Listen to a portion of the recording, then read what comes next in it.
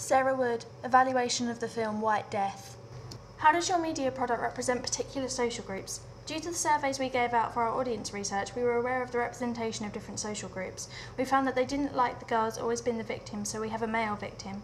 We have blonde female, normally connoting innocence, as the antagonist, which is unconventional but makes it more shocking and reflects the wishes we got from our surveys. Conventionally, seen in films such as Scream, we have a brunette final girl. We used a female because of our audience research and because brunettes are stereotypically intelligent.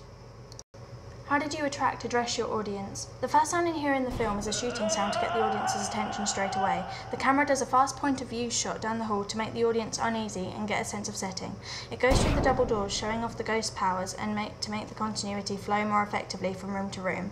Along with this is the sound of the ghost scream to reflect the mood of the ghost and create an atmosphere. The halls are black and white because the ghost presence metaphorically sucks the colour from everything. As we enter the classroom, the use of lines on the tables make the male victim the main focus.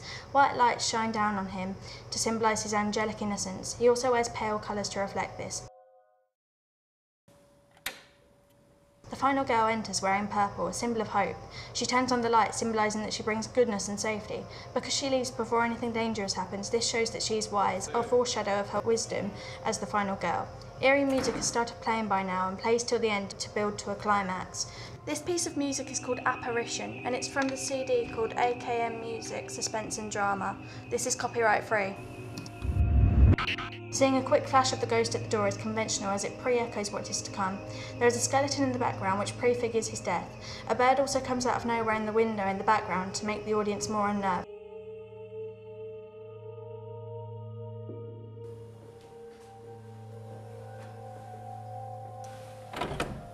There is a point of view shot from the male victim so that the audience will begin to feel an attachment.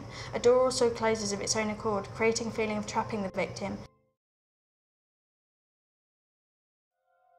The lights go out when he enters the hall, emphasised by an electric sound, to symbolise that he has left his safety zone. The hall is shadowy to create an uncertainty about the ghost's whereabouts. When we see her, she seems to disappear and reappear much further down the hall, accompanied by jumpy noises to scare the audience and emphasise her power. We use a variety of shots of our male victim walking down the hall to make it seem longer and as though he is walking to his death. It also helps build tension. There is a shot of the victim through the glass door walking towards the camera to create a more threatening atmosphere.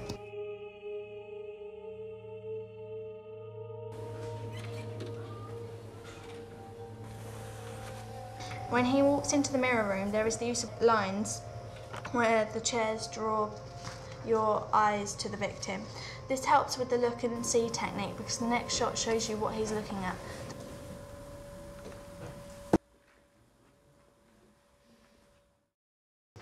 The over-the-shoulder shot helps to create tension.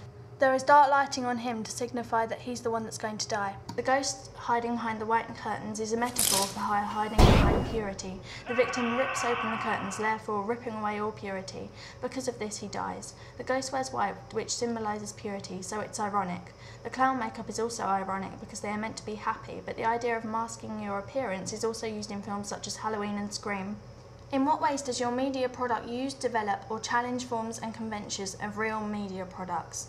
At the beginning, when the camera races through the halls from the ghost point of view, it is more typical for an action film rather than a slasher film, but it's effective because it gives you an early on insight into the ghost. When the ghost is seen for a short time against the door, it is a foreshadow which is conventional for slasher films. The victim follows the ghost out of curiosity, which is also conventional because in many slasher films, the type of victims killed send out messages that reflect the zeitgeist of the time. What kind of media institution might distribute your media product and why? I would like Dimension Films to distribute our film because they are property of Walt Disney, which is the largest media and entertainment conglomerate in the world. Walt Disney is very rich, which means that our film would have a higher chance of success and would definitely be stable. Dimension Films has also had a high success rate in the past with films such as Scream, Halloween, Children of the Corn, Sin City and Scary Movie. What have you learnt about technologies from the process of constructing this product? In the making of the film, I have learnt that continuity is very important. The setting and characters have to be exactly the same as in the last shoot for there not to be a jump in continuity. Secondly, I have learnt to record more than we actually need, so that when it comes to editing, we have got a lot of footage to edit. This also helps in continuity when making the sound flow from shot to shot. I have also learnt about extracting the audio on iMovie. To do this, you take the sound from a specific clip and add it to the clip you want it to be in sync with. This creates a more natural effect and also aids continuity. When we see the ghost in the corridor, it is conventional as we got the idea from The Shining when the boy sees the twin girls at the end of the corridor. It is a shock and a pre-echo. We want our film to have the same effect. At the end, when the girl is behind him, we use dramatic irony, which is conventional. It is used in other films, such as when a victim runs up the stairs when they should be going out the front door. The audience knows they are doing the wrong thing. Who would be the audience for your media product? I would rate our film 12A, but the target audience should be fairly mainstream. No younger than 12 years old because of the eerie atmosphere and implied violence.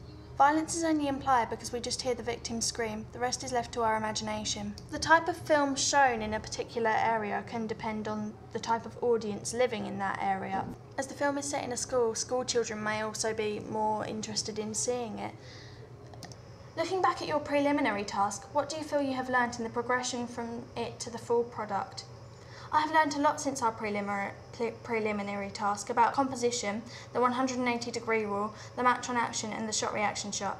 We use the 180-degree rule when the final girl in purple talks to the victim before leaving the classroom. I think the angle it is shot at makes it look like they are opposite each other, so the 180-degree rule works here. Match on action is also used many times when on the opening of doors. We see the hand on the doorknob and cut to the other side of the door. We do this when he leaves the classroom, when he enters the hall, and when he enters the mirror room. It makes the continuity flow more realistically. Overall, this task has taught me a lot about technique since the preliminary task.